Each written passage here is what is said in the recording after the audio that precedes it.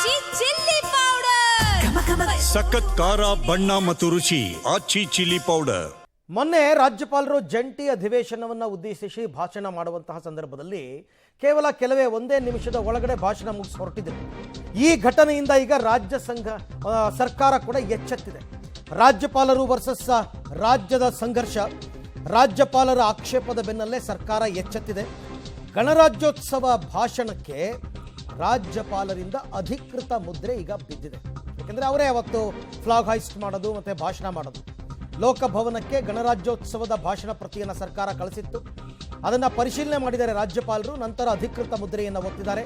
ಆಯಿತು, ಇದನ್ನು ಭಾಷಣ ನಾನು ಮಾಡ್ತೀನಿ ಅಂತ. ಜನವರಿ 26ಕ್ಕೆ ಧ್ವಜಾರೋಹಣದ ನಂತರ ರಾಜ್ಯಪಾಲರು ಭಾಷಣ ಮಾಡ್ತಕ್ಕಂಥದ್ದು ಪ್ರತೀತಿ. ಅಲ್ಲಿ ದೆಹಲಿಯಲ್ಲಿ ರಾಷ್ಟ್ರಪತಿಗಳು ಭಾಷಣ ಮಾಡ್ತಕ್ಕಂಥದ್ದು ಪ್ರತೀತಿ. ಆದರೆ ಕೇಂದ್ರ ಸರ್ಕಾರದ ವಿರುದ್ಧ ಏನಾದರೂ ಭಾಷಣದಲ್ಲಿ ವಾಗ್ದಾಳಿಗಳಿದ್ರೆ ಅಥವಾ ಏನಾದರೂ ಕಠಿಣ ಶಬ್ದಗಳನ್ನು ಬಳಸಿದ್ರೆ ರಾಜ್ಯಪಾಲರು ಅದನ್ನು ಓದಲಿಲ್ಲ ಮೊನ್ನೆ. ಹಾಗಾಗಿ ಆ ರೀತಿ ಆಗಬಾರದು, ಮುಜುಗರ ಆಗಬಾರದು ಅನ್ನೋ ಕಾರಣಕ್ಕೋಸ್ಕರ ಆ ಇಡೀ ಭಾಷಣದ ಪ್ರತಿಯನ್ನೇ ರಾಜ್ಯಪಾಲರ ಬಳಿಗೆ ಕಳಿಸ್ಕೊಟ್ಟಿದ್ರು. ರಾಜ್ಯಪಾಲರು ಅದನ್ನು ಕೂಲಂಕುಷವಾಗಿ ಓದಿದ್ದಾರೆ, ನೋಡಿದ್ದಾರೆ. ಹೌದು, ಆ ಥರದ್ದು ಏನು ಅಂಶಗಳು ಇಲ್ಲ ಅಂತ ಕಂಡು ಬಂದಿದೆ.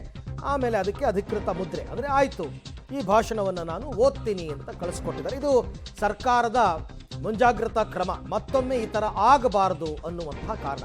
ಆದರೆ ಜಂಟಿ ಅಧಿವೇಶನವನ್ನು ಉದ್ದೇಶಿಸಿ ಭಾಷಣ ಮಾಡೋದೇ ಬೇರೆ, ಗಣರಾಜ್ಯೋತ್ಸವದ ಭಾಷಣನೇ ಬೇರೆ. ಗಣರಾಜ್ಯೋತ್ಸವದ ಭಾಷಣದಲ್ಲಿ ರಾಜ್ಯ ಸರ್ಕಾರದ ಸಾಧನೆಗಳಿರ್ತವೆ, ರಾಜ್ಯ ಸರ್ಕಾರ ಕೈಗೊಂಡಿರ್ತಕ್ಕಂಥ ಕ್ರಮಗಳೇನು ಜನರ ಒಳಿತಿಗಾಗಿ ಅಂತ. ಹಾಗಾಗಿ ಅದನ್ನು ಓದೋದಕ್ಕೇನು ಅಭ್ಯಂತರ ಇಲ್ಲ ರಾಜ್ಯಪಾಲರಿಗೆ. ಅವ್ರಿಗೇನೆಂದರೆ ಕೇಂದ್ರ ಸರ್ಕಾರದ ವಿರುದ್ಧ ಏನಾದರೂ ಇವರು ಬರೆದಿದ್ದರೆ ಅದನ್ನು ಓದೋದಕ್ಕೆ ಸ್ವಲ್ಪ ಕಷ್ಟ ಆಗುತ್ತೆ. ಹಾಗಾಗಿ ಅದನ್ನು ಓದದೇ ಇರ್ಬೋದು. ಈಗ ಸದ್ಯಕ್ಕಂತೂ ಅದಕ್ಕೆ ಅಧಿಕೃತ ಮುದ್ರೆ. ಈ ಬಗ್ಗೆ ಮತ್ತಷ್ಟು ಮಾಹಿತಿ ನನ್ನ ಕೊಲೀಗ್ ರವೀಶ್ ಅವರಿಂದ ಪಡ್ಕೊಳ್ಳೋಣ. ಎಸ್ ರವೀಶ್, ಈಗ ಮೊನ್ನೆ ನಡೆದಂತಹ ಘಟನೆ ಮರುಕಳಿಸಬಾರದು ಅನ್ನೋ ಕಾರಣಕ್ಕೆ ನನಗೆ ಮತ್ತೆ ಸಂಪರ್ಕ ಸಿಕ್ಕಿಲ್ಲ. ಸಂಪರ್ಕ ಮಾಡೋ ಪ್ರಯತ್ನವನ್ನು ಮಾಡೋಣ.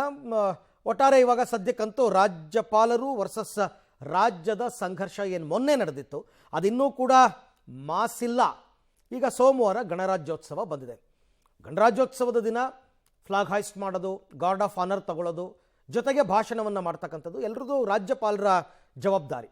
ಇಂಡಿಪೆಂಡೆನ್ಸ್ ಡೇ ಆದರೆ ಅದನ್ನು ಮುಖ್ಯಮಂತ್ರಿಗಳು ಮಾಡ್ತಾರೆ.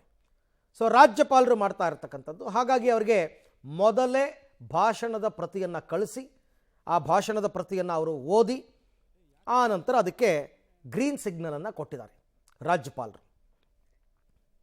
ಈ ಬಗ್ಗೆ ಮತ್ತಷ್ಟು ಮಾಹಿತಿ ನನ್ನ ಕೊಲೀಗ್ ರವೀಶ್ ಅವರಿಂದ ಪಡ್ಕೊಳ್ಳೋಣ. ರವೀಶ್, ಮೊನ್ನೆ ನಡೆದ ಘಟನೆ ಮರುಕಳಿಸಬಾರದು ಅಂತ ಮುಂಜಾಗ್ರತಾ ಕ್ರಮನ ಅಥವಾ ಗಣರಾಜ್ಯೋತ್ಸವದ ಭಾಷಣದಲ್ಲಿ ಕೇಂದ್ರದ ಮೇಲೆ ಯಾಕೆ ವಾಗ್ದಾಳಿ ಅಂತಕ್ಕಂಥ ನಿರ್ಧಾರನ ರಾಜ್ಯ ಸರ್ಕಾರದ? ಅರವಿಂದ್, ಪ್ರಮುಖವಾಗಿರ್ತಕ್ಕಂಥದ್ದು ಸಾಂವಿಧಾನಾತ್ಮಕವಾಗಿ ಏನಾದರೂ ಭಾಷಣವನ್ನು ಜಂಟಿ ಅಧಿವೇಶನದಲ್ಲಿ ಮಾತನಾಡುವಂಥ ಸಂದರ್ಭದಲ್ಲಿ ಕೆಲ ಅಂಶಗಳಿರುತ್ತೆ ಮತ್ತು ಕೆಲ ವಿಧಿಗಳ ಪ್ರಕಾರ ಅದನ್ನು ಒಂದು ರೀತಿಯಲ್ಲಿ ಭಾಷಣವನ್ನು ಮಂಡಿಸಬೇಕಾಗುತ್ತೆ. ಆಗ ಒಂದು ರೀತಿಯಲ್ಲಿ ಸಾಂವಿಧಾನಿಕ ಬಿಕ್ಕಟ್ಟು ಸಂಘರ್ಷಕ್ಕೆ ಎಡೆ ಮಾಡಿಕೊಡುವಂಥದ್ದು.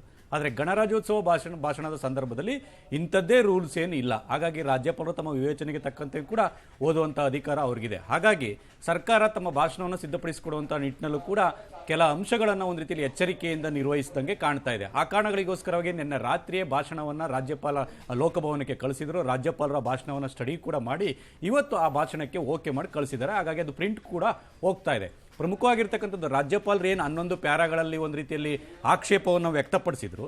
ಆ ಆಕ್ಷೇಪಗಳನ್ನು ಒಂದು ರೀತಿಯಲ್ಲಿ ದೂರ ಇಟ್ಟು ಆ ಭಾಷಣವನ್ನು ಸಿದ್ಧಪಡಿಸಿರುವಂತೆ ಕಾಣ್ತಾ ಇದೆ. ಯಾಕೆಂದರೆ ರಾಜ್ಯಪಾಲರಿಗೆ ಒಂದು ಅವಕಾಶ ಇದೆ.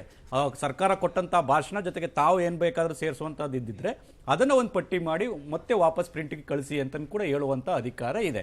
ಹಾಗಾಗಿ ರಾಜ್ಯಪಾಲರು ಯಥಾವತ್ತಾಗಿ ಕೊಟ್ಟಿರ್ತಕ್ಕಂಥ ಭಾಷಣ ಏನಿದೆ ಅದನ್ನು ಯಾವುದನ್ನು ಕೂಡ ಮಾರ್ಪಾಡು ಮಾಡದೆ ಅದಕ್ಕೆ ಒಂದು ರೀತಿಯಲ್ಲಿ ಅಧಿಕೃತ ಮುದ್ರೆಯನ್ನು ಒತ್ತಿದ್ದಾರೆ ಅಂತ ಕೂಡ ಲೋಕಭವನದ ಮೂಲಗಳಿಂದ ತಿಳಿದು ಬಂದಿರತಕ್ಕಂಥದ್ದು. ಸರ್ಕಾರವು ಕೂಡ ಈಗಾಗಲೇ ಅದನ್ನು ಪ್ರಿಂಟ್ಗೆ ಕಳಿಸಿದ್ದಾರೆ. ಹಾಗಾಗಿ ದೊಡ್ಡ ಮಟ್ಟದ ಸಂಘರ್ಷ ಏನಿದೆ ಅದನ್ನು ಒಂದು ರೀತಿಯಲ್ಲಿ ಎಳೆದುಕೊಂಡು ಹೋಗೋದಕ್ಕೆ ಹೋಗಬಾರ್ದು ಅನ್ನೋ ದೃಷ್ಟಿಯಿಂದ ಏನಾದರೂ ರಾಜ್ಯ ಸರ್ಕಾರ ಈ ನಿರ್ಧಾರಕ್ಕೆ ಬಂತೋ ಅಥವಾ ಬೇರೆ ಏನೋ ಗೊತ್ತಿಲ್ಲ.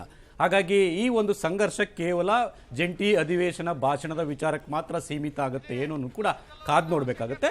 ಒಟ್ಟಾರೆಯಾಗಿ ಎಲ್ಲ ಒಂದು ಕಡೆ ಈ ಸಂಘರ್ಷವನ್ನು ದಕ್ಷಿಣ ರಾಜ್ಯಗಳು ತಮಿಳುನಾಡು ಮತ್ತು ಕೇರಳದಲ್ಲಿ ಒಂದು ರೀತಿ ಎಳ್ಕೊಂಡು ಏನು ಹೋಗ್ತಾ ಇದ್ದಾರೆ ಅದಕ್ಕೆ ಒಂದು ರೀತಿಯಲ್ಲಿ ಫುಲ್ ಸ್ಟಾಪ್ ಇಡುವಂಥ ಪ್ರಯತ್ನವೋ ಅಥವಾ ಅದೊಂದು ಭಾಗ ಗಣರಾಜ್ಯೋತ್ಸವ ಸಂದರ್ಭದಲ್ಲಿ ಈ ವಿವಾದಕ್ಕೆ ಎಡೆ ಮಾಡಿಕೊಡಬಾರದು. ನಮ್ಮ ಸಾಧನೆಗಳೇನಿದೆ ಆ ಸಾಧನೆಗಳನ್ನ ಜನರ ಮುಂದೆ ಇಡೋಣ ಅಂತ ಸರ್ಕಾರದ ಬಯಕೆ ಆಗಿರ್ಬೋದು, ಅನ್ಸಿರ್ಬೋದು ಸರ್ಕಾರಕ್ಕೆ. ಹಾಗಾಗಿ ಆ ಒಂದು ವಿವಾದವನ್ನ ಎಲ್ಲೋ ಒಂದ್ ಕಡೆ ಸ್ವಲ್ಪ ಮಟ್ಟಿಗೆ ತಗ್ಗಿಸುವಂತ ಪ್ರಯತ್ನವನ್ನ ರಾಜ್ಯ ಸರ್ಕಾರ ಮಾಡಿದೆ ಅಂದ್ರೂ ತಪ್ಪಾಗ್ಲಾರದು. ರೈಟ್ ರವೀಶ್, ಥ್ಯಾಂಕ್ ಯು ತಮ್ಮೆಲ್ಲ ಮಾಹಿತಿಗಾಗಿ ಧನ್ಯವಾದ. ಸೊ ನಾನು ಅದನ್ನೇ ಹೇಳಿದ್ದು, ಭಾಷಣಗಳು ಎಲ್ಲಿ ಮಾಡ್ತಾರೆ ಅಂತಕ್ಕಂಥದ್ದು ಬಹಳ ಮುಖ್ಯ ಆಗುತ್ತೆ.